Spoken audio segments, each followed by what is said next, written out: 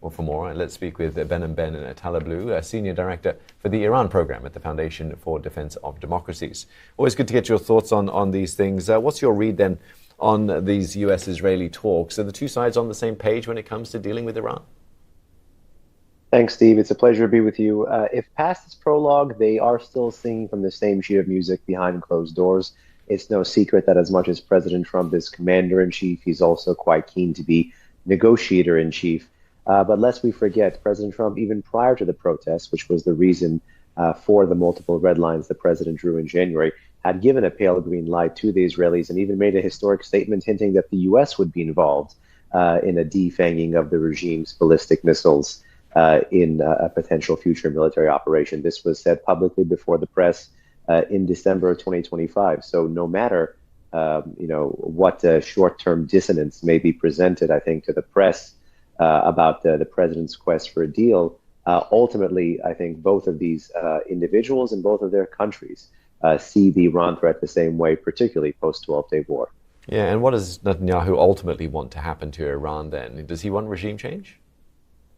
I think it's quite clear almost all sides of the very varied, we could say, kaleidoscope of political power in Israel, given the very fractious politics there and given the fact that this year, 2026, will be an election year, potentially before November. All sides there really do have a pre and post October 7 mentality.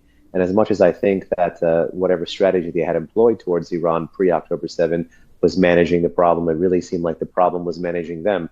So I think it's quite clear that Israel is keen, at least, to build bonds with the most pro-American and the most pro-Israeli population in the Muslim world, which is in Iran. I think that can really only come about through regime change. The question is, will the Israelis pursue that incrementally or gradually? But the Israelis don't seem to be making any bones about, or hiding the fact, I should say, that they would like and welcome a fundamentally different government in Tehran.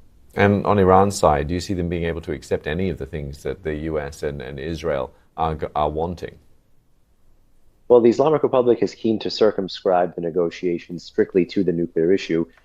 This is, I think, a non-starter for the Israelis, certainly a non-starter for the Iranian population, who sees any kind of engagement with the Islamic Republic, which just engaged in the most violent crackdown from the state against the street in the 47-year history of the Islamic Republic. They see that as a betrayal. But for President Trump, who has oscillated between talking about counter-regime and counter-proliferation, I think the Iranians are going to have a hard time running the same play that they ran in 2025 against him in 2026. The Iranians are keen to drag out talks so that they deter potential military action.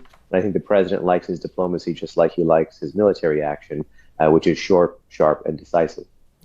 Well, thanks very much for your insight, as always, Behnam Ben Taleblu, the Senior Director for the Iran Program at the Foundation for Defense of Democracies.